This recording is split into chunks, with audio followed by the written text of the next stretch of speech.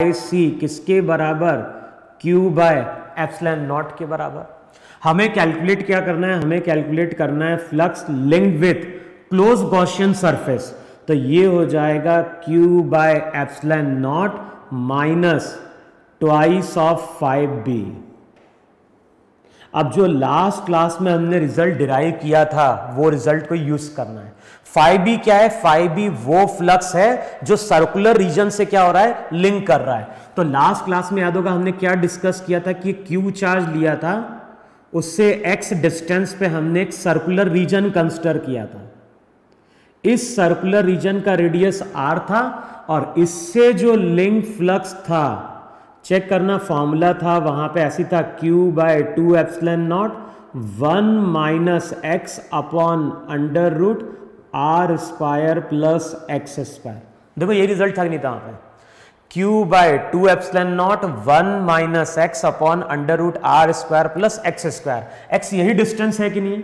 अब इस डायग्राम में अगर देखोगे तो x का मतलब 2r है, तो जो भी 5b होगा वो होगा Q by 2 epsilon naught 1 minus x का मतलब हो गया 2r under root of x का 4r square plus r square क्या हो गया 5r स्क्वायर। एक r भी तुम्हारा क्या हो गया, कैंसिल आउट हो गया। तो चेक करो यही फ्लक्स है कि नहीं है वहां पे। अब अगले स्टेप में जो 5c आएगा वो आएगा Q by epsilon naught minus twice of 5b। तो ये हो जाएगा Q by 2 epsilon naught 1 minus 2 by root 5। देखो चेक करो ये बन रहा है कि नहीं बन रहा है। ये 2 कैंसिल आउट होगा, Q बाय एप्सिलॉन नॉट भी कैंसिल आउट होगा, ये माइनस अंदर जाके प्लस, तो रिजल्ट हो जाएगा 2 by root 5 into Q by epsilon naught. देखो चेक करो ये आ रहा है कि नहीं आ रहा पे।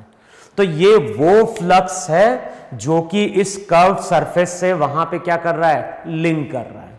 क्लियर। तो ये मैंने कुछ एग्जांपल लिए हैं जहां पे हम क्या कर रहे हैं, गॉस थ्योरम को हम यूज कर रहे हैं, तो फ्लक्स का कैलकुलेशन मेरा क्या हो गया है, इजी हो गया। क्लियर।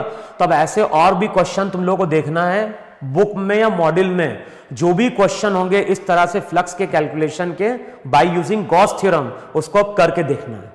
अब हम बात कर रहे हैं नेक्स्ट एप्लीकेशन की, गॉस थ्योरम की। मैंने क्या बोला, गॉस थ्योरम की एक एप्लीकेशन है कि हम फ्लक्स को कैलकुलेट कर सकते हैं। अब जब हम दूसरी एप्लीकेशन की बात करते हैं तो वहां पे हम बात कर रहे हैं सेकंड एप्लीकेशन में चार्ज के डिस्ट्रीब्यूशन की। अगर मुझे कभी चार्ज का डिस्ट्रीब्यूशन समझना है तो वहां पे हम गॉस थ्योरम को क्या करते हैं, यूज करते हैं। क्लियर। अब कैसे करते हैं, तो उससे पहले एक प्रॉपर्टी लो जो हम डिस्कस करने जा रहे हैं। अब प्रॉपर्टी हम लोग क्या ले रहे हैं कि ये तुम्हारी इलेक्ट्रिक फील्ड है, और जो प्रॉपर्टी हम डिस्कस करने जा रहे हैं ये बहुत इंपॉर्टेंट प्रॉपर्टी है। तो अब मैं बोल रहा हूं कि यहां पे इलेक्ट्रिक फील्ड है और इलेक्ट्रिक फील्ड का डायरेक्शन कहां है, राइट की ओर है। अब इस इलेक्ट्रिक फील्ड में हम क्या कर रहे हैं, कंडक्टर को लेके आ रहे हैं। कंडक्टर का शेप कैसा भी हो सकता है, तो मैं इस तरह से क्यूबॉइड के फॉर्म में लेके आ गया। तो अब मैं क्या बोल रहा हूं, यहां पे इलेक्ट्रिक फील्ड है, इस इलेक्ट्रिक फील्ड में अब हम किसको लेके आ गए, अब हम लेके आ गए कंडक्टर को। अच्छा, अब जब हम कंडक्टर की बात करते हैं तो कंडक्टर में क्या प्रेजेंट है, कंडक्टर में प्रेजेंट है फ्री इलेक्ट्रॉन्स। देखो यही कि नहीं है वहां पे।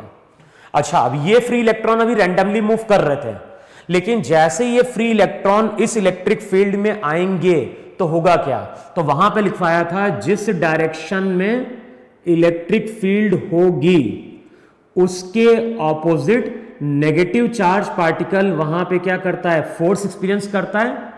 और फॉर्मूला याद होगा, फोर्स का फॉर्मूला था वहां पे Q इंटू E। तो इस कंडक्टर में जो भी फ्री इलेक्ट्रॉन्स हैं वो अब फोर्स एक्सपीरियंस कर रहे होंगे लेफ्ट की ओर। देखो चेक करो है कि नहीं आता है। और जैसे इन इलेक्ट्रॉन पे फोर्स बनेगा तो ये इलेक्ट्रॉन लेफ्ट की ओर चलना स्टार्ट कर देंगे। अब जब ये इलेक्ट्रॉन लेफ्ट की ओर चलना स्टार्ट करते हैं और यहां पे एक्यूमुलेट करते हैं तो यहां पे चार्ज नेगेटिव आना स्टार्ट हो जाता है। फिर प्रॉपर्टी मेरी क्या थी, जितने इलेक्ट्रॉन चलेंगे उसके कारण इस सरफेस पे उतना ही अमाउंट का वहां पे क्या होगा, पॉजिटिव चार्ज आया। अब हुआ क्या वहां पे, अगर ये मेरा यहां पे कोई इलेक्ट्रॉन है तो ये जो इलेक्ट्रिक फील्ड होगी वो इसके ऊपर फोर्स अप्लाई कर रही होगी लेफ्ट की ओर, और वो फोर्स होगा चार्ज इनटू इलेक्ट्रिक फील्ड। वहां पे लिखवाया था कि जब भी हम फोर्स लिखेंगे तो चार्ज का हमें साइन नहीं कंसीडर करना है, तो फोर्स हो गया वहां पे E इंटू ई, वहां पे इलेक्ट्रॉन के चार्ज का मैग्नीट्यूड हो गया। देखो एक नहीं वहां पे, तो E तो हो गया इलेक्ट्रॉन का चार्ज, E वहां पे कैपिटल E हो गई इलेक्ट्रिक फील्ड। अब ये फोर्स किसके कारण बन रहा है, ये फोर्स तो बन रहा है इस इलेक्ट्रिक फील्ड के कारण, और ध्यान है ये इलेक्ट्रिक फील्ड एक्सटर्नल है। लेकिन इस इलेक्ट्रिक फील्ड के कारण जैसे ही यहां पे नेगेटिव चार्ज आता है, यहां पे पॉजिटिव चार्ज आता है, तो ये जो चार्ज डेवलप हुआ है इनसाइड कंडक्टर, अब वो भी क्या करता है, वो भी अपनी इलेक्ट्रिक फील्ड सेटअप करता है। जैसे इस कंडक्टर के अंदर इलेक्ट्रॉन चलना स्टार्ट करेंगे तो यहां पे चार्ज नेगेटिव आएगा, यहां पे चार्ज पॉजिटिव आएगा, और जैसे ही चार्ज डेवलप होगा तो ये चार्ज अब अपनी खुद की इलेक्ट्रिक फील्ड सेटअप करेंगे। अच्छा, अब इलेक्ट्रिक फील्ड का डायरेक्शन क्या होगा, तो प्रॉपर्टी याद करो, पॉजिटिव चार्ज से लाइन हमेशा ओरिजिनेट करती है और नेगेटिव पे क्या करती है, टर्मिनेट करती है। तो पॉजिटिव से ओरिजिनेट करेगी, नेगेटिव की ओर टर्मिनेट करेगी, तो चेक करो यही electric field E dash develop होगी कि नहीं डेवलप होगी। अब ये जो electric field E dash develop हुई है, तो E तो एक्सटर्नल इलेक्ट्रिक फील्ड थी जिसका डायरेक्शन राइट की ओर था, E डैश जो इलेक्ट्रिक फील्ड आएगी उसका डायरेक्शन लेफ्ट की ओर है, और ये जो E डैश इलेक्ट्रिक फील्ड रहेगी वो इस इलेक्ट्रॉन के ऊपर फोर्स अप्लाई कर रही होगी राइट की ओर, और इसको हम लिखेंगे E इंटू ई डैश। इसका मतलब है कि इस कंडक्टर के अंदर अब जो भी इलेक्ट्रॉन चलेंगे तो उनके ऊपर दो फोर्स लग रहे हैं, एक फोर्स लग रहा है इस इलेक्ट्रिक फील्ड के कारण, और एक फोर्स बन रहा है उस इलेक्ट्रिक फील्ड के कारण, जो इस चार्ज के कारण इनसाइड कंडक्टर क्या हो रही है, डेवलप हो रही है। अच्छा, हमें यह भी मालूम है कि जो भी इलेक्ट्रिक फील्ड होती है वो डिपेंड करती है चार्ज पे। चार्ज अगर बढ़ेगा तो इलेक्ट्रिक फील्ड भी क्या होगी, बढ़ेगी। तो इनिशियली अगर हम बात करें तो कौन सा फोर्स ज्यादा है, बताओ। जिस टाइम पे एक्सपेरिमेंट स्टार्ट हुआ था उस टाइम पे ये फील्ड तो थी, तो ये फोर्स तो लग गया कांस्टेंट, लेकिन जिस टाइम पे हम कंडक्टर को लेके आए थे, बताओ उस टाइम पे सडनली चार्ज आया था क्या, नहीं। चार्ज तो धीरे धीरे आना स्टार्ट करेगा, और चार्ज अगर धीरे धीरे आना स्टार्ट करेगा, क्यों, क्योंकि इलेक्ट्रॉन मूव कर रहा है। जैसे जैसे इलेक्ट्रॉन बढ़ते जाएंगे यहां पे चार्ज और यहां पे चार्ज बढ़ता जाएगा। तो इनिशियली अगर देखोगे तो जो इलेक्ट्रिक फील्ड है उसके कारण जो लगने वाला फोर्स है वो इस F से क्या होगा, ज्यादा होगा। तो जो भी नेट फोर्स बन रहा है, नेट फोर्स अभी कहां बन रहा है, नेट फोर्स बन रहा है लेफ्ट की ओर। अब इस नेट फोर्स के कारण इलेक्ट्रॉन और मूव करेंगे, जैसे इलेक्ट्रॉन मूव करेंगे तो इलेक्ट्रिक फील्ड यहां पे चार्ज बढ़ेगा, यहां पे चार्ज बढ़ेगा, और ये जो इलेक्ट्रिक फील्ड है वो अब इंक्रीज करना स्टार्ट करेगी। ऐसा समझ में इतना। अब जैसे ये इलेक्ट्रिक फील्ड इंक्रीज करना स्टार्ट करेगी, जैसे ये इलेक्ट्रिक फील्ड यहां पे इंक्रीज करेगी, तो इसके कारण जो लगने वाला फोर्स होगा वो फोर्स भी क्या होगा, इंक्रीज करेगा। तो अब इस इलेक्ट्रॉन के ऊपर दो फोर्स लग रहे हैं। ये जो इलेक्ट्रिक फील्ड का फोर्स होगा वो तो इलेक्ट्रॉन के मूवमेंट को सपोर्ट कर रहा होगा, लेकिन ये जो इलेक्ट्रिक फील्ड सेटअप हुई है उसका जो फोर्स रहेगा वो इलेक्ट्रॉन को मूवमेंट को क्या करेगा, रोकने की कोशिश करेगा। लेकिन अभी इनिशियली नेट फोर्स लेफ्ट की ओर है।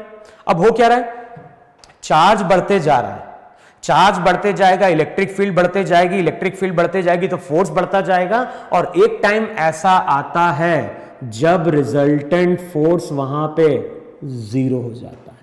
और रिजल्टेंट फोर्स अगर जीरो हो गया तो इसका मतलब है कि इलेक्ट्रिक फील्ड, ये इलेक्ट्रिक फील्ड जितना फोर्स अप्लाई कर रही है उतनी इलेक्ट्रिक फील्ड ये E डैश अप्लाई कर रही है। अब रिजल्ट वहां पे क्या हो जाएगा, रिजल्ट हो जाएगा E इंटू ई डैश के बराबर। तो ई डैश किसके बराबर आ गया, ई डैश इलेक्ट्रिक फील्ड के बराबर आ गया। अब तुम मुझे ये बताओ कि जिस टाइम पे रिजल्टेंट फोर्स 0 होगा तब इलेक्ट्रॉन का क्या होगा। अभी तक सभी इलेक्ट्रॉन लेफ्ट की ओर जा रहे थे, क्यों जा रहे थे, क्योंकि उनके ऊपर वहां पे रिजल्टेंट फोर्स एक्ट कर रहा था कंटिन्यूअसली। तो ये रिजल्टेंट फोर्स कंटिन्यूअसली इलेक्ट्रॉन को मूव करा रहा था। लेकिन जिस टाइम पे रिजल्टेंट फोर्स 0 होगा उसका मतलब है कि अब इस कंडक्टर के अंदर कोई मूवमेंट नहीं हो रहा होगा, no movement of charge inside the conductor. इससे पहले चार्ज का मूवमेंट हो रहा था। मूवमेंट का मतलब किसी एक पर्टिकुलर डायरेक्शन में। चार्ज का वैसा रैंडम मोशन हो सकता है, लेकिन अभी हम बात कर रहे हैं किसी एक पर्टिकुलर डायरेक्शन में। तो अभी जो इलेक्ट्रॉन लेफ्ट की ओर जा रहे थे, कुछ टाइम बाद उन पे नेट फोर्स 0 आ जाएगा, और नेट फोर्स अगर 0 आ गया तो अब इस कंडक्टर के अंदर इलेक्ट्रॉन लेफ्ट की ओर नहीं जा रहे हैं। तो हम क्या बोलते हैं कि इस कंडक्टर के अंदर चार्ज का मूवमेंट क्या हो गया है, बंद हो गया है। और ऐसा जब होता है तो उस कंडीशन को हम नाम देते हैं इलेक्ट्रोस्टैटिक इक्विलिब्रियम।